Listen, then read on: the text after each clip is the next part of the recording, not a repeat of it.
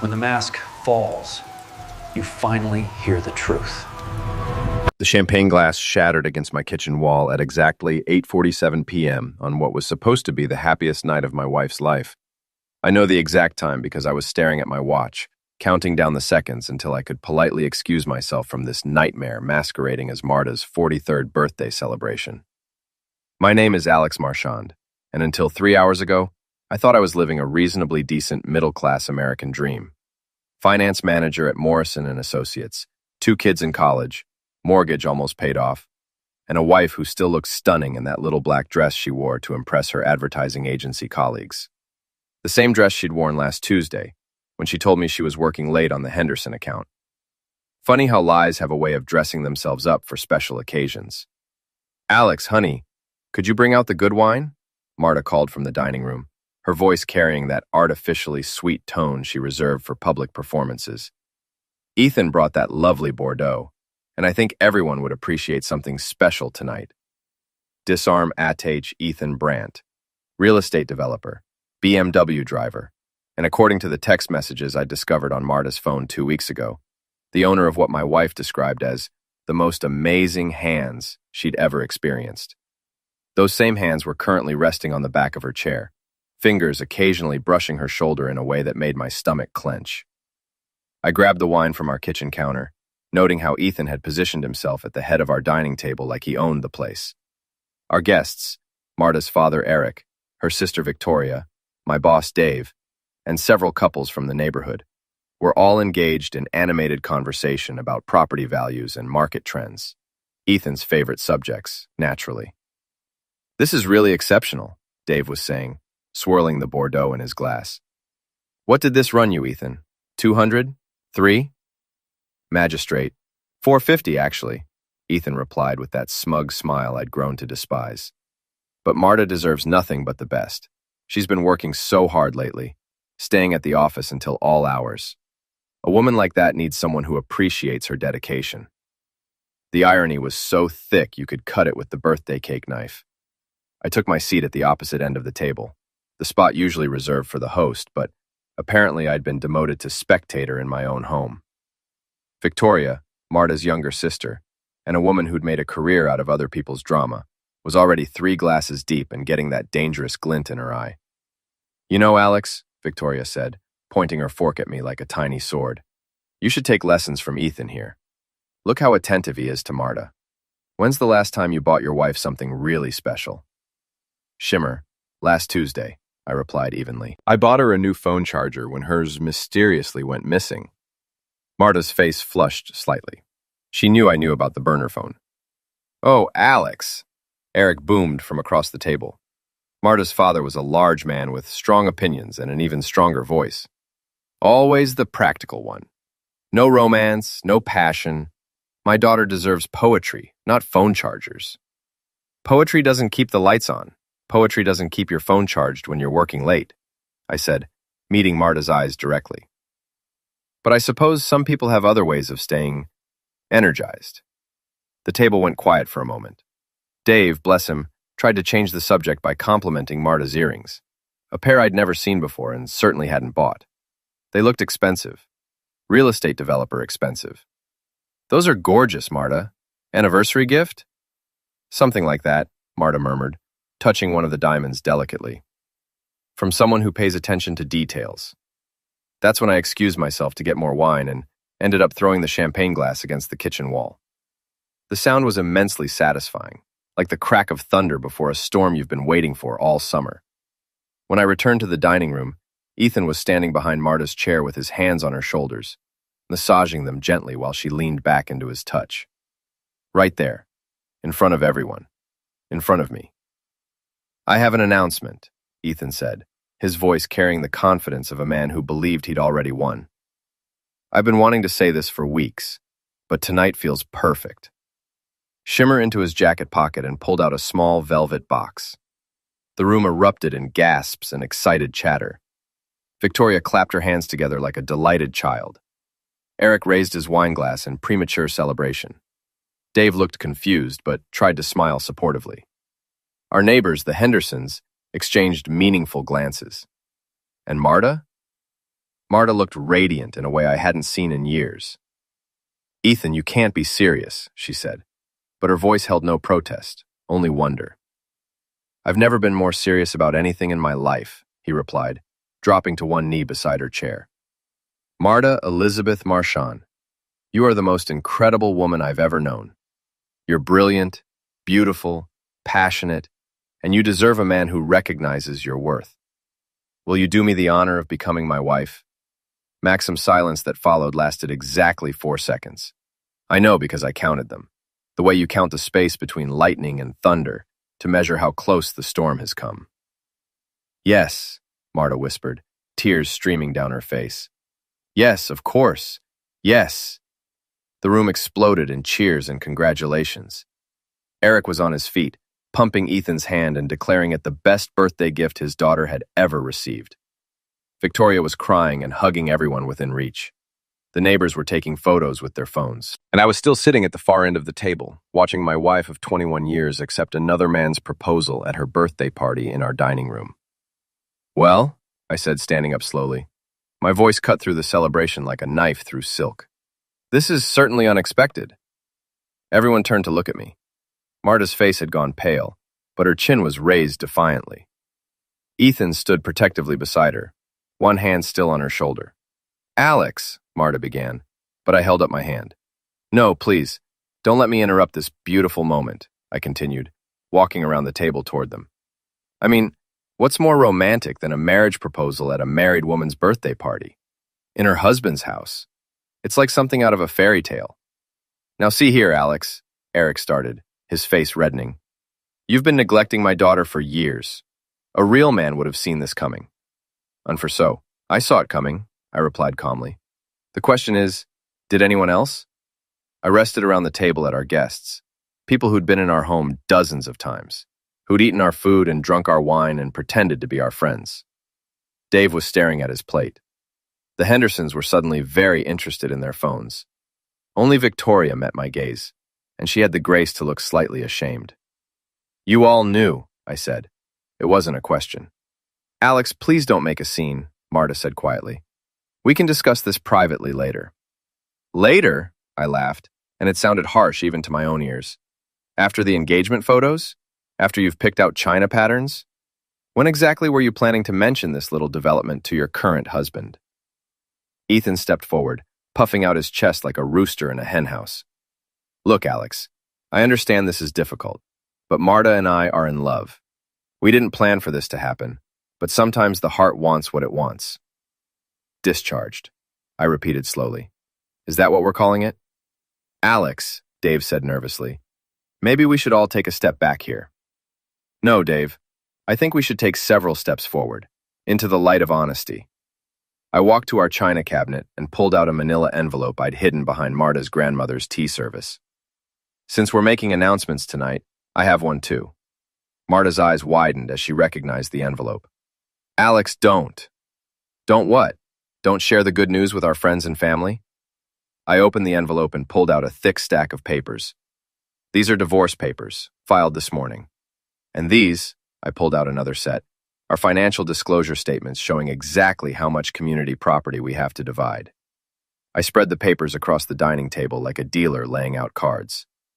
"This should be interesting, Ethan, since you're apparently planning to marry a woman who's about to lose half of everything she owns." "What are you talking about?" Ethan demanded. "Well, let's see. Half the house, that's about $120,000. Half the savings accounts, another $80,000. Half the investment portfolio, roughly $60,000. And then there's the small matter of spousal support, which in California, after 21 years of marriage, could run another $3,000 to $4,000 a month for the next decade." The room had gone dead silent. Marta was staring at me with a mixture of shock and fury. "Of course," I continued conversationally, "that's assuming the divorce goes smoothly. If there are complications, say, evidence of infidelity or financial impropriety, well, things could get much more complicated." I pulled out my phone and scrolled to a folder labeled Evidence. Screenshots of text messages, photos of Ethan's car parked outside hotels, credit card statements showing charges to restaurants I'd never been to. For instance, This lovely photo of you two at the Ritz-Carlton last month. Marta told me she was at a client conference in San Diego that day. Funny thing about hotel security cameras. They're so thorough these days. Ethan's face had gone white. You've been spying on us? I've been protecting my interests, I corrected. Something I should have started doing a long time ago. Marta finally found her voice. Alex, you're being cruel and vindictive. Yes, I fell in love with someone else. Yes, I should have handled this differently. But destroying me won't change anything. Destroying you? I shook my head. Marta, I'm not trying to destroy you. I'm trying to save myself. I walked back to my end of the table and picked up my wine glass. I'd like to propose a toast, I said, raising it high. To new beginnings, to truth, and to learning that sometimes the people you trust most are the ones who will cut you deepest. I drained the glass in one swallow and set it down gently on the table. Dinner's over, I announced. I think everyone should go home now. The house felt like a crime scene after everyone left. Marta had gone upstairs to pack a bag, muttering about staying at Victoria's until we could work things out like adults. Ethan had slunk out the back door after Eric finished screaming at him in the driveway, apparently having second thoughts about his romantic gesture, now that it came with a six-figure price tag. I sat in my living room, surrounded by the debris of our dinner party. Abandoned wine glasses, crumpled napkins, and the lingering smell of Ethan's expensive cologne. 21 years of marriage reduced to paperwork and accusations scattered across my dining room table. My phone buzzed with a text from my son Ross.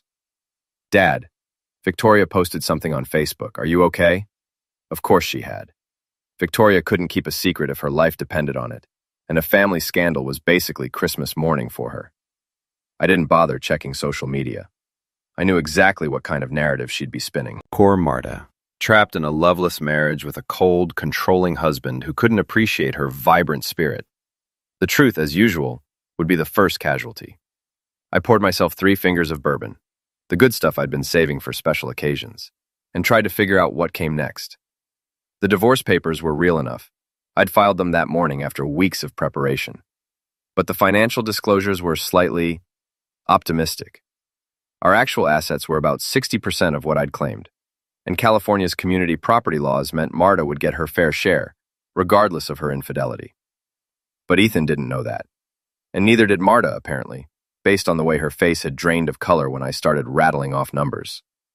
The bourbon burned pleasantly as I considered my options.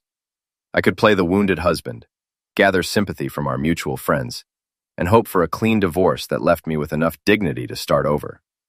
That was the mature, reasonable approach. Or I could make them pay for humiliating me in my own home. I was leaning toward option 2 when my phone rang. Dave's name appeared on the screen. Alex? Jesus, man, are you all right? I'm fine, Dave. Thanks for asking. That was intense tonight. I had no idea things were so bad between you and Marta. Neither did I, until recently. I took another sip of bourbon. Tell me something, Dave. How long have you known? Silence on the other end of the line. Then, known what? About Ethan, about the affair, about the fact that my wife has been screwing another man for months while I've been working 60-hour weeks to pay for her lifestyle. Alex, I swear to God, I didn't know anything concrete. There were rumors, maybe, but... Trolley. Rumors. I laughed bitterly. What kind of rumors? Look, you know how people talk. Someone saw them having lunch together a few times. Victoria made some comments about Marta deserving better. But I never thought... I never imagined she'd actually...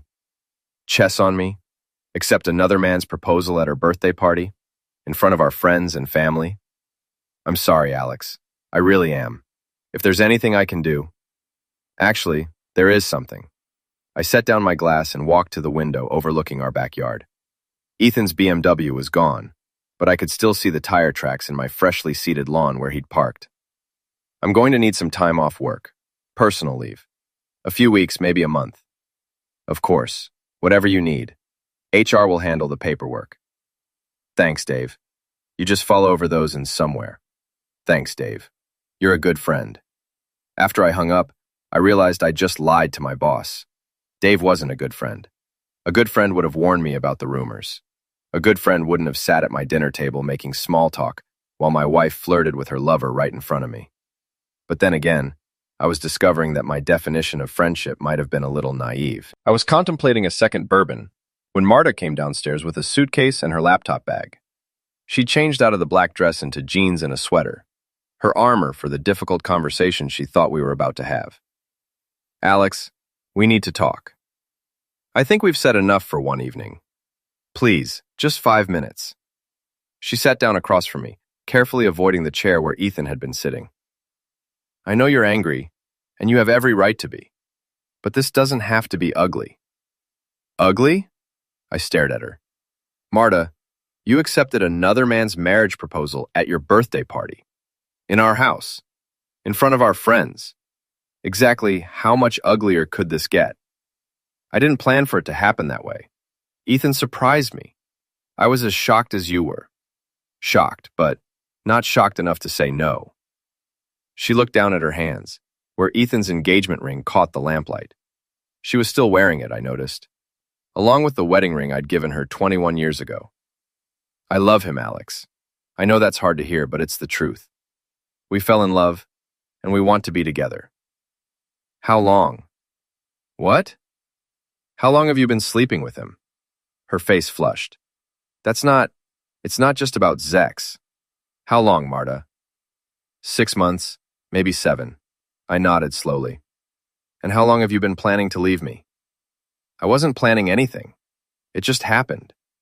These things just happen sometimes." "No," I said quietly. "Car accidents just happen. Earthquakes just happen. Infidelity is a choice. A series of choices, actually. You chose to meet him for lunch. You chose to accept his phone number. You chose to lie to me about working late. You chose to sleep with him. You chose to fall in love with him. And tonight, you chose to accept his proposal." Tears were streaming down her face now. "I think I said, I never wanted to hurt you. But you did hurt me, and you did it in the most public, humiliating way possible." I stood up and walked to the mantelpiece, where our wedding photo sat next to pictures of Ross and Amelia at their high school graduations. "The question is, what am I going to do about it?" "What do you mean?" I turned back, "Marta, that you've just declared war on our marriage in front of witnesses. You've embarrassed me, betrayed me, and apparently conspired with our friends and family to keep me in the dark about your affair.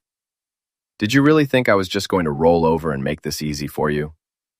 I hoped we could be civilized about this. For the kids' sake. The kids." I picked up my phone and scrolled to my text messages. Ross already knows, thanks to Victoria's social media announcement. I'm guessing Amelia will know by morning. How exactly do you think they're going to react when they find out their mother is engaged to another man before she's even divorced from their father? Marta's face crumpled. "I'll talk to them. I'll explain." "You'll explain that Mommy fell in love with a rich man and decided to trade in Daddy for a newer model? That should go over well."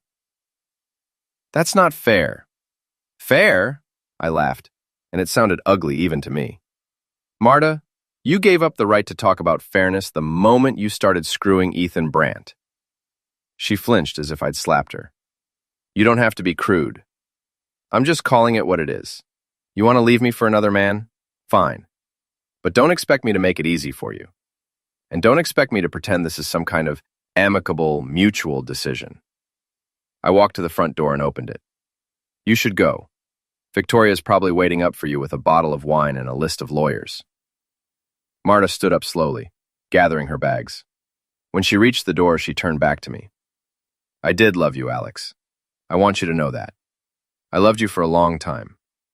"Noted," I replied. After she left, I locked the door and walked through our house. My house now, I supposed, turning off lights and putting away the remnants of the dinner party. In the kitchen, I swept up the broken champagne glass and threw the pieces in the trash. Then I sat down at my computer and began making a list. I've always been good with details. It's what made me successful in finance. The ability to spot patterns, track inconsistencies, and follow paper trails that other people miss. Over the next week, I applied those same skills to understanding exactly how my marriage had fallen apart.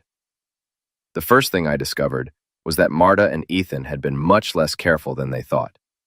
Their affair had started at a networking event for local businesses.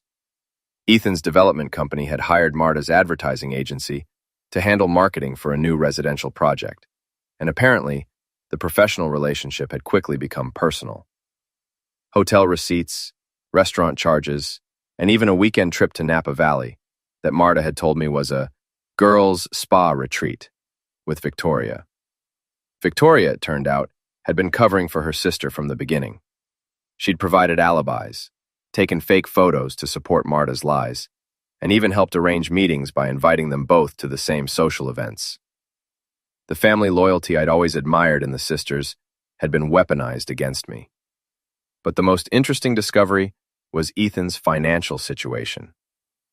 Despite the expensive car, designer clothes, and $400 bottles of wine, Ethan Brandt was leveraged to the hilt. His development company was carrying massive debt on 3 different projects, and 2 of them were significantly behind schedule. He was wealthy on paper, but his actual liquid assets were surprisingly limited. More importantly, he was in the middle of a bitter lawsuit with his previous business partner, who was claiming that Ethan had used company funds for personal expenses. If the lawsuit succeeded, Ethan could lose everything. Suddenly, his interest in my wife made a lot more sense. Marta had a steady income, good credit, and was about to inherit half of my assets in the divorce. She wasn't just a trophy wife. She was a financial lifeline. I was reviewing Ethan's court documents when my phone rang. Unknown number. Alex Marchand? Millions. Impartial. This is Jennifer Walsh. I'm a reporter with the Chronicle. I understand you might have some information about Ethan Brandt's business practices. I paused, my finger hovering over the hang-up button. I'm sorry, who did you say you were? Jennifer Walsh, investigative reporter. I've been looking into some irregularities in Mr. Brandt's development projects, and your name came up in connection with his personal life. I was hoping we could talk. My name came up how? Well, I understand your wife is engaged to Mr. Brandt, and that you might have some insights into his character. Word traveled fast in our town. I'm not interested in talking to reporters, Miss Walsh. This is a private family matter. I understand your reluctance, Mr. Marchand, but this isn't just about your personal situation. There are investors who've lost money, contractors who haven't been paid, and buyers who put deposits down on properties that may never be built. If Ethan Brandt is using his personal relationships to access new funding sources, she didn't need to finish the sentence. I understood exactly what she was implying. What kind of information are you looking for? Financial records, if you have access to them. Communication between Mr. Brandt and your wife about money or investments. Anything that might show a pattern of using personal relationships for business purposes. I thought about Marta's new jewelry, the expensive dinners, the weekend trips. Had Ethan been courting her with money he didn't actually have? And if so, what was he expecting in return?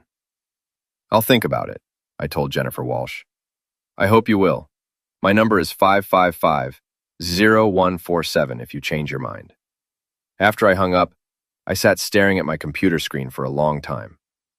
Then I opened a new document and started typing everything I knew about Ethan Brandt's relationship with my wife. 2 days later, Dave called me at home. Alex, we need to talk. Can you come in this afternoon? What's this about? He think about it. I think I was started then very much flow. What's this about? I think I was already. I think that I was approaches in 2 days later. I'm starting to do this. I think that I was never been in return. I'm starting to do this. I was not you another. That's what we're start. I think that I was approaches in 2 days later. I think that I was allowed it. I think that I was approaches in 2 days later. I think that I was approaches in 2 days later. I think that I was allowed it. I think that I was approaches in 2 days later. I think that I was allowed it. I think that I was approaches in 2 days later. I think that I was approaches in 2 days later. I think that I was approaches in 2 days later. What's this about?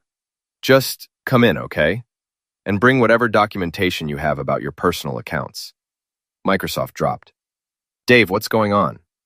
There's been some questions raised about expense reports and client accounts. I'm sure it's nothing, but HR wants to review everything with you. I hung up and immediately called my lawyer, a sharp woman named Patricia Chen, who specialized in both divorce and employment law. "They're fishing," she said after I explained the situation. "Someone's made allegations, and they're hoping you'll panic and confess to something. Do you have access to all your account statements and expense reports?" "Everything's documented and legitimate." Then we go in, answer their questions honestly, and see what they're really after. "I'll meet you there at 2 o'clock.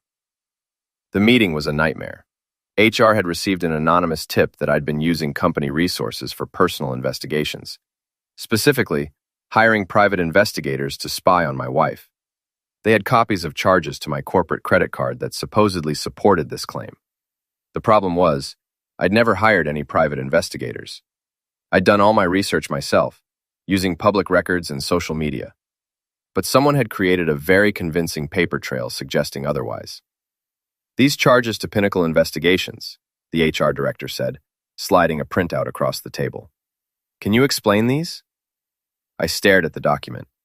3 charges, each for $1,500, spread out over the past 2 months, all made with my corporate card, which I kept locked in my desk drawer at the office. "I've never heard of Pinnacle Investigations," I said, "and I certainly never authorized these charges." "The card was used, Mr. Marchand. Are you saying it was stolen?" Relinquitricia leaned forward.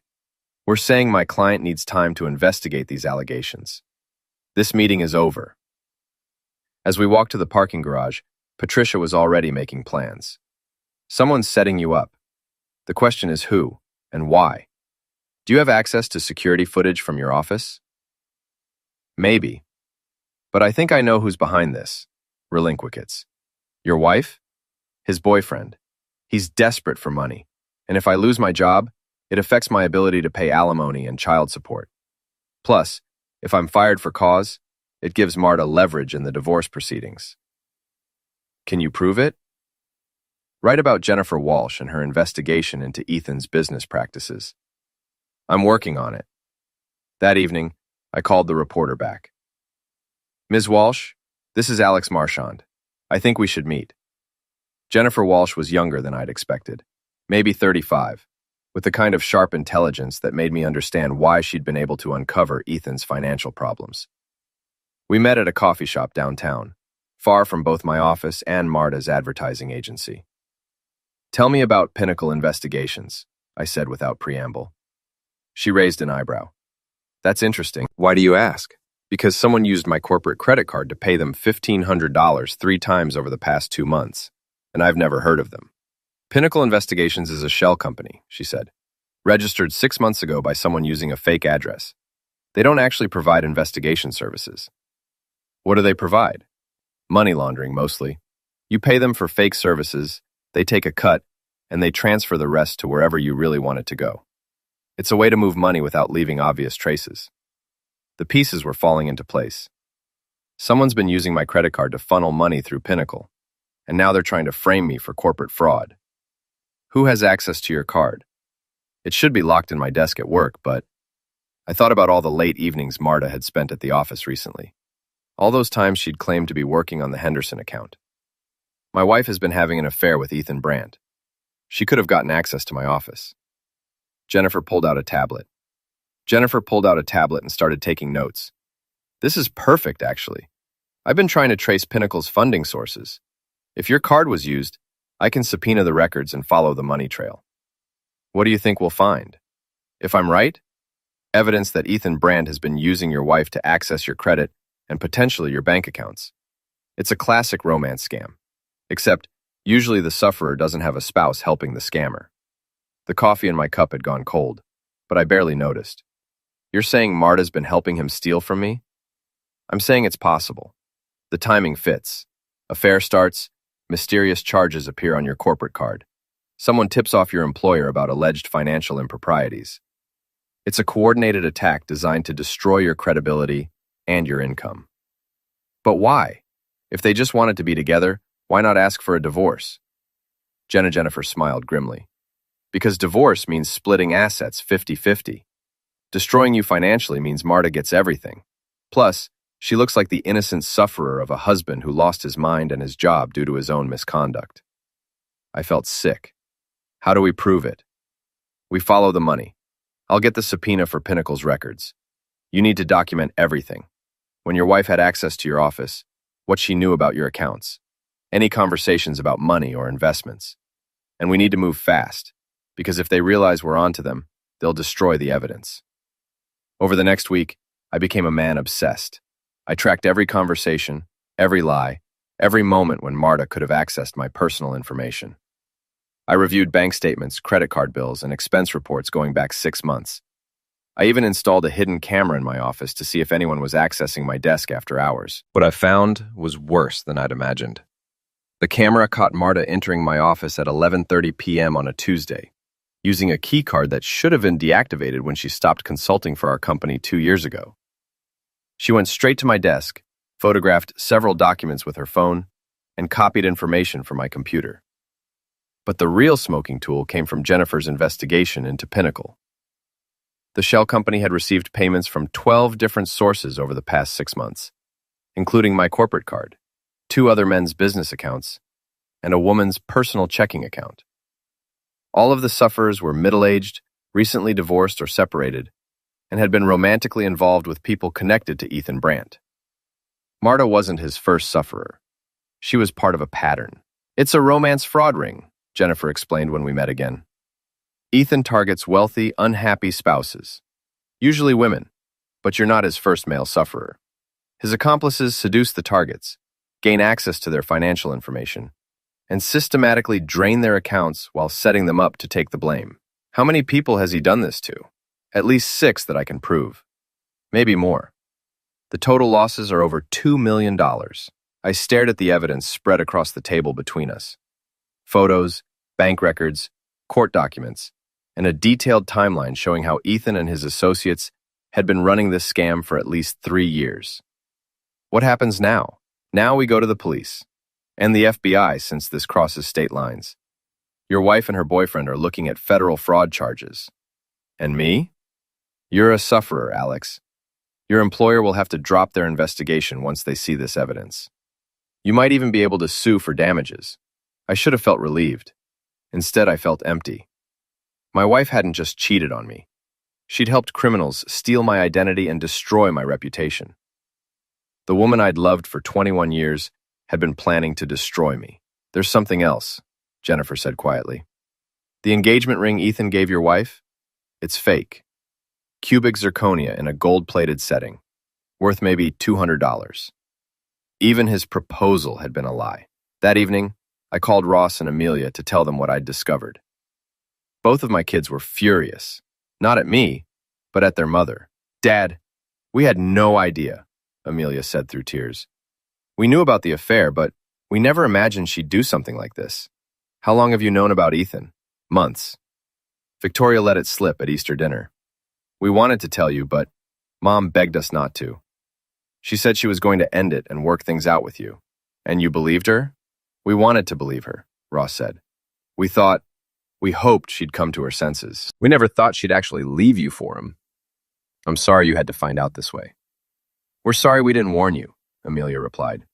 "If we had, maybe you could have protected yourself."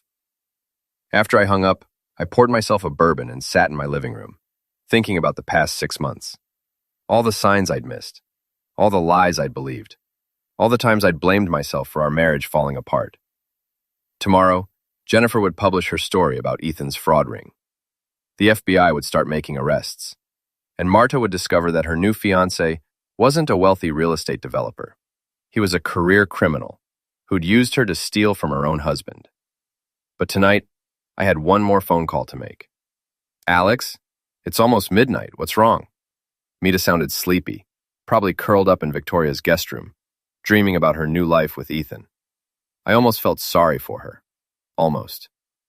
"I wanted you to hear this from me before you read it in tomorrow's paper," I said. "Your fiancé is a fraud." "What are you talking about? Alex, are you drunk?" "Defending, actually. I'm talking about Ethan Brandt's romance fraud ring. I'm talking about Pinnacle investigations and the money you helped him steal from my corporate account. I'm talking about the FBI arresting your boyfriend tomorrow morning." Silenced on the other end of the line. "Marta, are you still there?" "I don't know what you're talking about." Her voice was different now, careful, guarded. "Sure you do. You know about the fake investigation charges. You know about the key card you used to access my office. You know about the documents you photographed and the information you gave Ethan to help him drain my accounts. Alex, you're scaring me. You sound paranoid. Maybe you should talk to someone. I laughed. Oh, I've been talking to someone. Jennifer Walsh from the Chronicle. Lovely woman. Very thorough investigator. She's been tracking Ethan's activities for months, and guess what? You're not his first accomplice. I'm hanging up now. But Jackson, before you do, you might want to know that the engagement ring he gave you is fake. Cubic zirconia, worth about as much as your relationship with him. The line went dead. I poured another bourbon and waited. It took exactly 17 minutes for my phone to ring again. You fool, Victoria's voice, slurred with wine and fury. How could you do this to her? Do what, Victoria? Tell her the truth about the man she's planning to marry? You're lying. You made all this up because you can't stand that she found someone better than you. Blackmail than me? Victoria, your sister helped a career criminal steal money from her own husband. She's looking at federal fraud charges. How exactly is that better than me? You're insane. Marta would never. Raleigh, terminated. Marta did. And so did you, I'm guessing. How many times did you provide alibis for her meetings with Ethan? How many lies did you help her tell? When the FBI starts investigating this ring, how long do you think it'll take them to figure out you were involved too? Another hang-up. I was getting used to them. The next morning, Jennifer's story ran on the front page of the Chronicle's website. Local developer accused of running romance fraud ring. The article detailed Ethan's pattern of targeting vulnerable spouses, using accomplices to gain access to financial information, and systematically draining sufferers' accounts while framing them for the thefts. My phone started ringing at 6 a.m. Dave, apologizing profusely and asking me to come back to work. Patricia Chen, congratulating me on the vindication.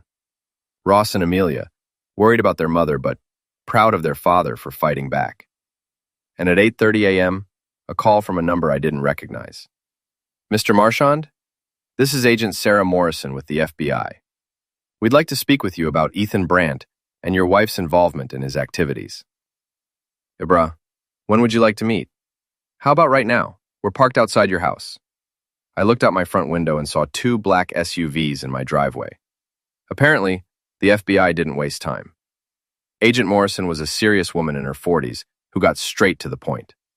Her partner, Agent Davis, took notes while she asked questions about my relationship with Marta, my knowledge of her affair, and the timeline of the fraudulent charges to my corporate account. We arrested Mr. Brandt this morning, she said.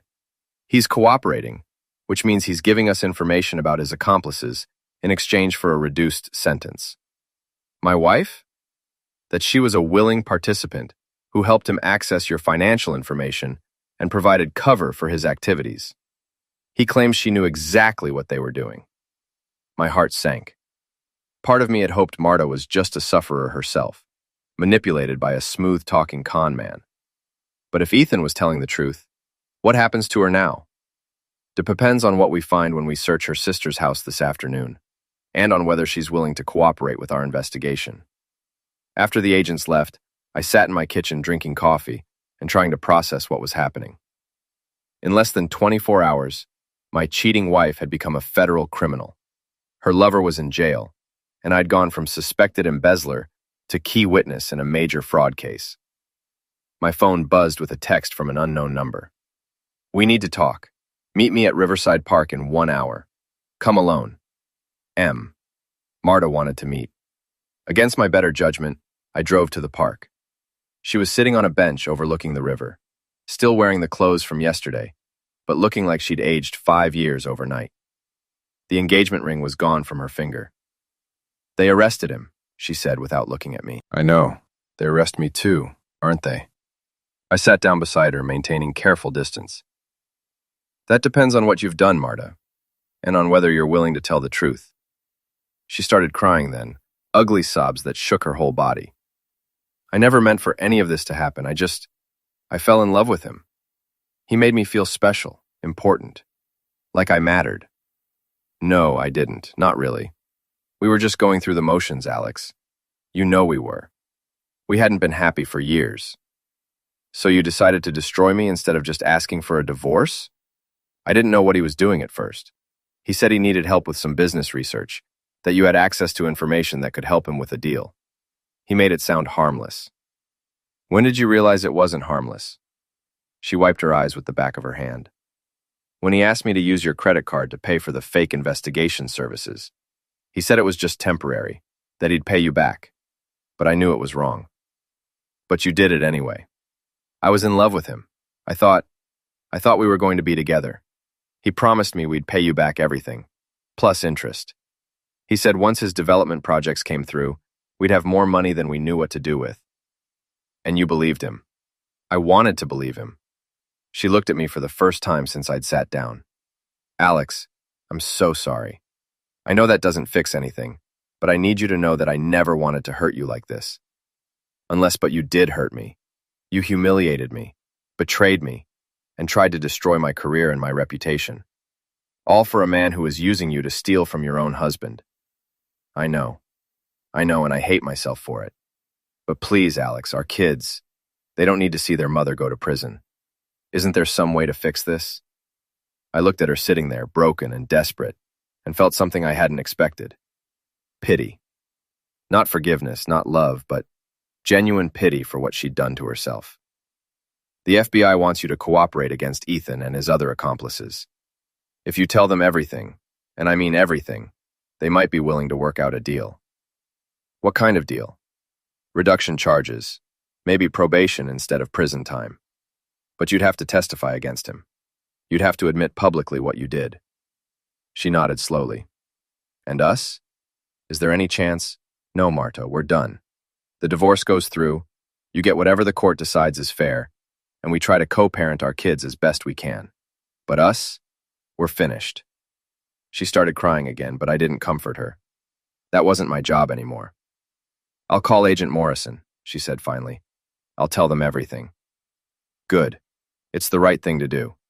Alex, for what it's worth, I really did love you once. I loved you for a long time.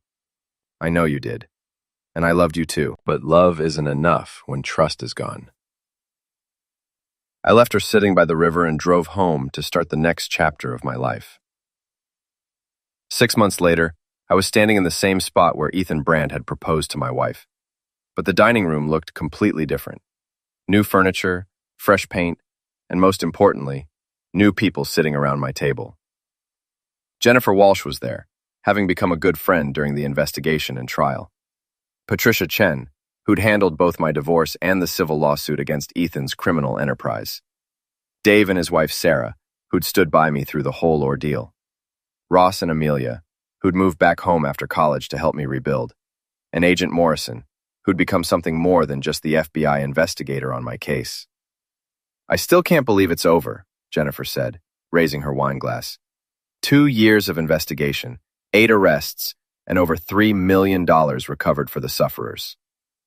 What's Ethan's final sentence? Dave asked. 15 years federal prison, Agent Morrison, Sarah replied. He won't be running any more romance scams for a long time. And Marta? Amelia asked quietly. 18 months, suspended to probation and community service, I said. She cooperated fully with the investigation, testified against Ethan, and helped us recover most of the money he stole from me. It had been a long, difficult process. The divorce had been finalized 3 months ago, with Marta receiving 30% of our assets instead of the usual 50% due to her criminal activities. She'd moved to another state to start over, and we communicated only through lawyers and scheduled calls with the kids. Ross raised his glass. I want to propose a toast to my dad, who proved that sometimes the good guys really do win. To Dad, Amelia echoed, for showing us that integrity matters, even when it's hard. Sarah said, her eyes meeting mine across the table, for turning a nightmare into a new beginning. We all drank, and I felt something I hadn't experienced in years. Genuine happiness. Not the desperate, grasping happiness of someone trying to save a failing marriage, but the quiet satisfaction of a man who'd faced the worst and come through stronger. After dinner, as our guests were leaving, Sarah lingered behind to help with the dishes. Good party, she said, loading wine glasses into the dishwasher. Better than the last birthday party I hosted in this room. I should hope so. No federal crimes were committed tonight, as far as I know. I laughed. The evening's still young. She turned to face me, suddenly serious. Alex, I need to tell you something. I've been transferred to the San Francisco office. I start next month. My heart sank. Over the past 6 months, Sarah and I had grown close. Not just professionally, but personally. She'd been there through the trial, the divorce, and all the messy aftermath of my marriage's destruction. I'd been planning to ask her out officially, now that the case was closed and there were no more ethical complications. That's great. A promotion? Senior supervisory agent. It's a big opportunity. She paused, studying my face. I was hoping you might consider coming with me. To San Francisco? Your kids are adults now. Your job here is good, but there are better opportunities in the Bay Area for someone with your experience. And I'd like to see where this goes between us. Discharged. I looked around my dining room, thinking about everything that had happened here. The lies, the betrayal, the humiliation, but also the truth, the justice, and now, potentially, a new beginning. What would I do in San Francisco? Whatever you want. Financial consulting, maybe start your own firm. With the settlement money from the civil lawsuit, you have options. The settlement. Ethan's criminal enterprise had been forced to pay restitution to all his sufferers, and since I'd been the key witness in bringing him down, my portion had been substantial, enough to start over anywhere I wanted. I'd need time to think about it. Talk to Ross and Amelia. Of course! Take all the time you need. She kissed me softly. But don't take too long. Life's too short to waste opportunities. After she left, I walked through my house, thinking about the past 2 years. The marriage that had slowly died, the betrayal that had nearly destroyed me, and the investigation that had ultimately saved me. In the kitchen, I found a bottle of champagne left over from dinner. The good stuff, not the cheap wine Marta used to buy. I opened it and poured myself a glass, then walked back to the dining room. Standing in the spot where I'd thrown that first champagne glass against the wall, I raised my drink in a solitary toast. To new beginnings, I said aloud. To second chances. To learning that sometimes the best revenge is simply living well. I drained the glass, set it carefully on the table, and started making plans for San Francisco. 3 weeks later, I was packing boxes when my phone rang. Unknown number, but I recognized the area code. Marta's new city. Hello, Alex. It's me. Marta, how are you? I'm okay. Getting by. I heard about your FBI agent friend's transfer. Are you going with her? I paused, wondering how she'd heard about Sarah. Victoria, probably. Getting information from Ross or Amelia. I'm considering it. That's good. You deserve to be happy. Alex, I called because I wanted to apologize. Really apologize. Not just the legal apology my lawyer made me give in court. I destroyed our marriage. I nearly destroyed your life, and I hurt our children. There's no excuse for what I did. No, there isn't. I know you'll probably never forgive me, and I understand that. But I needed you to know that I realize what I lost. Not just the marriage, but my integrity, my self-respect, the respect of our kids. I sat down on a packing box, surprised by the emotion in her voice. Marta, I'm in therapy now. Real therapy, not just the court-mandated counseling. I'm trying to understand how I became someone who could do what I did to you, to us. And what have you learned? That I was selfish, that I was looking for someone else to make me happy instead of taking responsibility for my own life, that I let a con man convince me to betray the one person who'd always been loyal to me. We sat in silence for a moment. Then she said, I hope she makes you happy, Alex. Sarah, I hope you have the kind of marriage with her that we should have had. We're not getting married, Marta. We're just seeing where it goes. Wherever it goes, I hope it's good for you. You deserve that. After she hung up, I sat among my boxes, thinking about forgiveness and second chances. I wasn't ready to forgive Marta. Might never be ready. But I could let go of the anger. I could stop carrying the weight of her betrayal. and focus on building something new. My phone buzzed with a text from Sarah. Found the perfect apartment. 2 bedrooms, view of the bay, and the kitchen has a dining room that's perfect for dinner parties. Interested? I looked around my old dining room one last time, remembering both the worst night and the best night of the past 2 years. Then I typed back, very interested. When can I see it? How about this weekend? I'll pick you up at the airport. I smiled and started sealing boxes. It was time for the next chapter. On moving day, Ross and Amelia helped me load the truck. We were taking most of the furniture. I'd bought new pieces to replace anything that reminded me of Marta, but leaving behind the dining room set. You sure you don't want this stuff, Dad? Ross asked, running his hand over the table where so much drama had unfolded. I'm sure. It belongs to this house, to this part of my life. I want to start fresh in San Francisco. What should we do with it? Write about it for a moment. Donate it. Let some other family make better memories with it. As we loaded the last box into the truck, Amelia hugged me tightly. I'm proud of you, Dad, for fighting back, for not letting them destroy you, and for having the courage to start over. I'm proud of you too, kiddo. Both of you. You could have chosen sides, could have made this whole thing uglier. Instead, you supported me while still loving your mother. That takes real maturity. Will you be happy in San Francisco? Ross asked. I think so. I hope so. But even if it doesn't work out with Sarah, I'll be okay. I've learned something important over the past 2 years. What's that? That I'm stronger than I thought. That I can survive betrayal, fight back against injustice, and still come out the other side as a decent human being. That's worth more than any marriage or any amount of money. I climbed into the truck and started the engine. In my rearview mirror, I could see my old house getting smaller, along with all the memories it contained. Good and bad, they were part of my story now, but they didn't define my future. As I drove toward the highway that would take me to my new life, I thought about that night 6 months ago, when I'd thrown a champagne glass against the kitchen wall. I'd been angry, humiliated, and broken, but I'd also been determined not to let them win. And they hadn't won. Ethan was in prison. Marta was starting over with nothing but regret and a criminal record.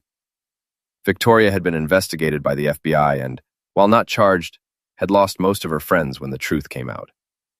Meanwhile, I was driving toward San Francisco, toward a woman who respected me, toward a new career that excited me, toward possibilities I couldn't have imagined 2 years ago. Sometimes the best revenge really is living well. I rolled down the windows, turned up the radio, and drove toward my future. Behind me, the past grew smaller and smaller until it disappeared entirely. And for the first time in years, I felt truly free. Epilogue. 5 years later. The restaurant overlooked San Francisco Bay, with floor-to-ceiling windows that caught the last light of the sunset. Sarah and I were celebrating our second wedding anniversary, and she was telling me about a new case involving cryptocurrency fraud when my phone buzzed with a text. Sorry, I said, glancing at the screen. It's from Ross. The message was brief. Dad, thought you should know. Mom got remarried today. Some guy named Frank she met in her therapy group. Amelia and I weren't invited, but we heard from Aunt Victoria. Hope you're having a good anniversary dinner. I showed the text to Sarah, who read it with raised eyebrows. How do you feel about that? She asked. I considered the question seriously. 5 years ago, the news would have devastated me. 3 years ago, it would have made me angry. Now, I feel nothing, I said, and realized it was true. I hope she's happy. I hope she's learned to be honest with this Frank person. But mostly, I just don't care. That's healthy. It's liberating. I raised my wine glass. To not caring about people who don't deserve it. To caring deeply about people who don't deserve it. To caring deeply about people who don't deserve it. To caring deeply about people who don't deserve it. To caring deeply about people who don't deserve it. To caring deeply about people who do, Sarah countered, clinking her glass against mine. We drank, and I looked around the restaurant at the other couples sharing intimate dinners, making toasts, celebrating their own milestones. How many of them were hiding secrets from each other? How many were planning betrayals, living lies, building relationships on foundations of deception. I'd never know, and more importantly, I'd never have to worry about it again. Sarah and I had built our relationship on complete honesty, partly because we'd met during a federal investigation, and partly because we'd both seen what lies could do to people's lives. "What are you thinking about?" Sarah asked. "Just gratitude, I guess, for everything that happened, even the bad stuff. If Marta hadn't cheated, if Ethan hadn't tried to frame me, if none of that nightmare had occurred, I never would have met you. You would have met someone else. Maybe, but not you, and you're the one I wanted to meet." She smiled and reached across the table to take my hand. "For a finance guy, you're pretty romantic." I learned from the best. My first wife taught me everything about what not to do in a relationship. Relinquith. We finished dinner and walked along the waterfront, holding hands like teenagers. The city lights reflected off the bay, and the evening air was warm and perfect. I thought about my old dining room, about the night Ethan Brandt had proposed to my wife in my own home, about the champagne glass I'd thrown against the wall in rage and humiliation. That man felt like a stranger to me now, someone I'd known once but had outgrown, like an old suit that no longer fit. My phone rang as we reached our car, Amelia's name on the screen. "Hey, sweetheart, how are you?" "I'm good, Dad. I just wanted to make sure you saw Ross's text and that you're okay with the news about Mom." "I'm fine. How are you and your brother handling it?" "We're kind of relieved. She's been alone for 5 years and she seems genuinely happy with Frank. He's a good guy, works at a nonprofit, volunteers with veterans, totally different from Ethan." "That's good to hear. Dad, I'm proud of you. For how you handled everything. For building a new life. For showing us that it's possible to come back from something like that, stronger than before. Thank you, baby girl. That means everything to me." After I hung up, Sarah and I drove home to our apartment overlooking the bay. It was smaller than my old house, but felt infinitely larger because it contained no lies, no secrets, no hidden resentments. As we got ready for bed, I caught sight of myself in the bathroom mirror. 51 years old, graying at the temples, laugh lines around my eyes that hadn't been there during my marriage to Marta. I looked older, but somehow younger too, if that made sense. The weight of constant vigilance, of wondering what my spouse was hiding from me, had lifted. "You're staring at yourself," Sarah observed, brushing her teeth. "Just thinking about how different I look now." "Different how?" "Happier, more relaxed, like I can breathe again." She rinsed and turned to face me. "You know what I see when I look at you? Unless. A man who fought for himself when no one else would. I wanted to see that release that it was. I see that they fought for himself. I fought for himself. I thought for himself. And I know that they fought for himself. I thought for himself. I thought for himself. I thought for himself a little bit. I thought for himself. I thought for himself. A man who fought for himself. No one else would. A man who refused to be destroyed by people who didn't deserve him. A man who had the courage to start over and build something better. Is that really what you see? This is exactly what I see. And it's what I fell in love with. We went to bed, and as Sarah fell asleep beside me, I lay awake thinking about the journey that had brought me here. The betrayal, the investigation, the trial, the divorce, the move to San Francisco, the new career, the wedding, the life we'd built together. It had been the worst thing that ever happened to me, and the best thing that ever happened to me, all at the same time. My phone buzzed one last time with a text from an unknown number. "Alex, this is Frank Morrison, Marta's new husband. She gave me your number and said I should reach out. I wanted you to know that I understand what she did to you, and I'm sorry. She's told me everything, and she's genuinely remorseful. I hope you can find it in your heart to forgive her someday. Not for her sake, but for your own peace. I promise to take good care of her. She won't hurt anyone else the way she hurt you." I stared at the message for a long time, then deleted it without responding.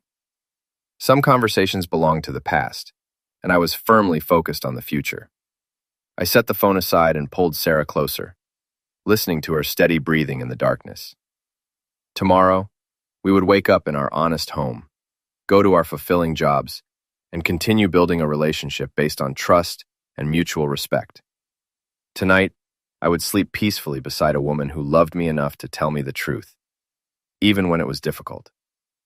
And somewhere, in another state, my ex-wife was starting her own second chance with a man who knew exactly who she was and had chosen to love her anyway. Maybe that was the real ending to this story. Not revenge, not punishment, not even justice. Just the possibility of redemption for everyone involved. I closed my eyes and drifted off to sleep, dreaming of tomorrow's possibilities instead of yesterday's regrets.